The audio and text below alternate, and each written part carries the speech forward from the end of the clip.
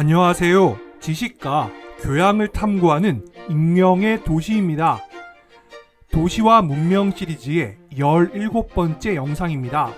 영상을 시청하시기 전에 구독과 좋아요, 알림 설정 부탁드립니다. 15세기 피렌체 이야기 4번째 시간입니다.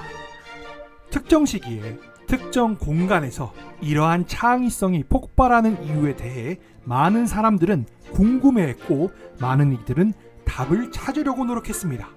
특히 15세기의 피렌체의 경우에는 고대 로마 문명의 붕괴 이후에 거의 천여 년에 이르는 중세 암흑기를 거치고 새롭게 창조성의 폭발이 발생한 것이었습니다. 이에 대해 18세기의 철학자 볼테르는 한 가지 명백한 설명을 제안했습니다.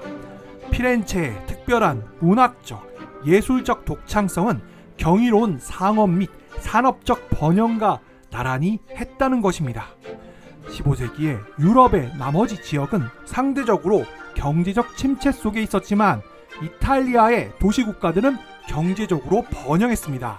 이러한 경제적 번영은 천재성을 갖춘 사람들을 자극시켰습니다. 볼테르에게는 15세기의 피렌체가 마치 고대 그리스의 아테네와 같은 존재였습니다. 이번 영상은 피렌체의 경제적 번영에 대한 이야기입니다. 중세 말기의 이탈리아는 유럽 전역에서 가장 발달한 도시들이 있는 지역 중에 하나였습니다. 1300년경 피렌체의 인구 규모는 9만 5천 명 정도로 이는 밀라노 혹은 베네치아의 절반 규모였습니다. 제노아와 팔레르모 그리고 나폴리의 인구 규모 역시 피렌체와 비슷했습니다. 즉 피렌체는 이탈리아의 주요 도시 중에 하나였다는 것입니다. 그렇다면 이전 영상에서 언급했던 아테네와 비교하면 어떨까요? 실제로 고전시대의 아테네는 중세의 피렌체보다 인구 규모가 더 컸습니다. 인구 규모 외에도 인구의 평균 연령 역시 매우 젊었습니다. 이는 전염병에 의해 지속적으로 감소되었기 때문입니다. 1427년 피렌체의 인구의 평균 연령은 26세였습니다. 인구의 절반이 22세 이하였습니다. 그리하여 도시는 새로운 인구의 유입을 필요로 했고 피렌체는 젊고 유능하고 야망 있는 사람들을 주변 시골에서부터 끌어들이는 자석과 같았습니다. 이탈리아 속담이 말하는 것처럼 시골은 동물들을 위한 것이고 도시는 사람을 위한 것이었습니다. 피렌체의 경제는 당시 전 유럽에서 가장 역동적이었습니다. 피렌체의 경우 항구는 없었지만 15세기 후기에 밀라노 혹은 베네치아의 공예산업의 전통과 금융 서비스를 결합시켰습니다.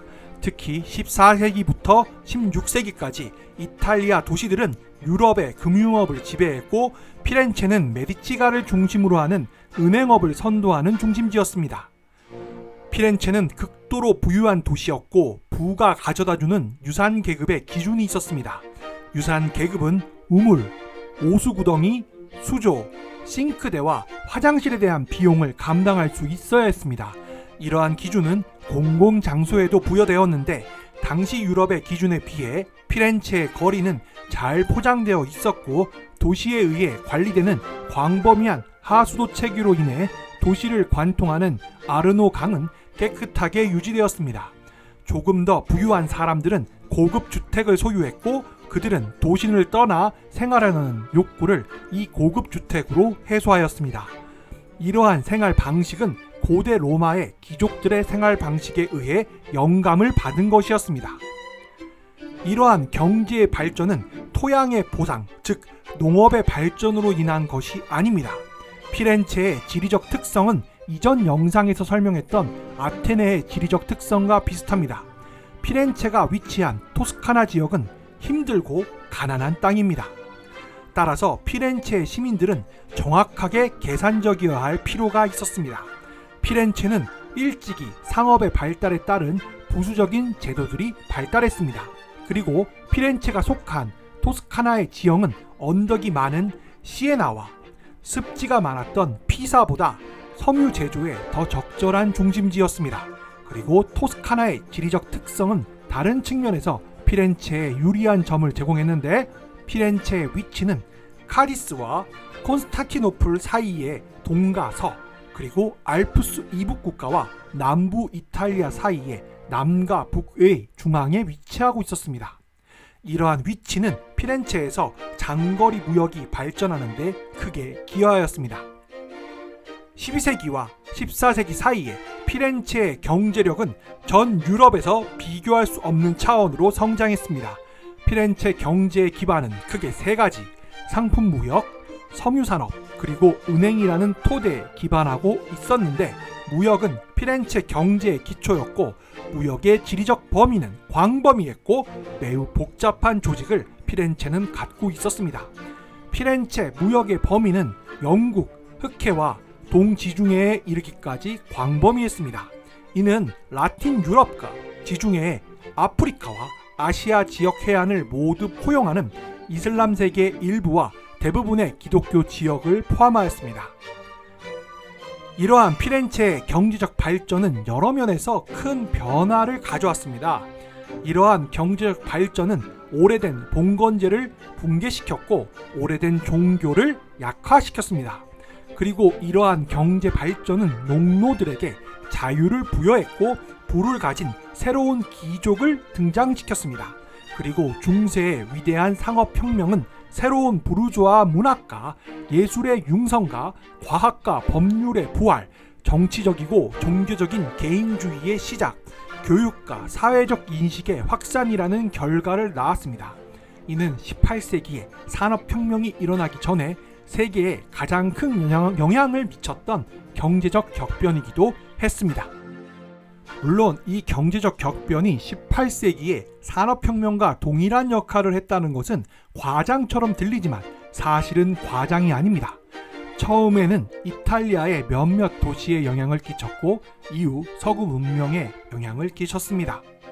이 경제적 격변은 부분적으로 기술적 진보에 의존했지만 우리가 400년 뒤에 목격하게 될 산업혁명에 비하면 큰 비중은 아니었습니다. 우선 여행 속도가 증가했고 장기적인 여행의 공간적 범위가 증가했습니다.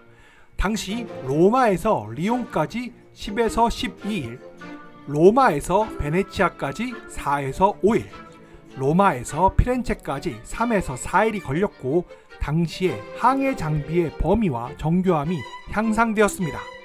1450년과 1550년 사이에 작은 범선을 이용한 상업 거래의 공간적 범위가 증가되었습니다.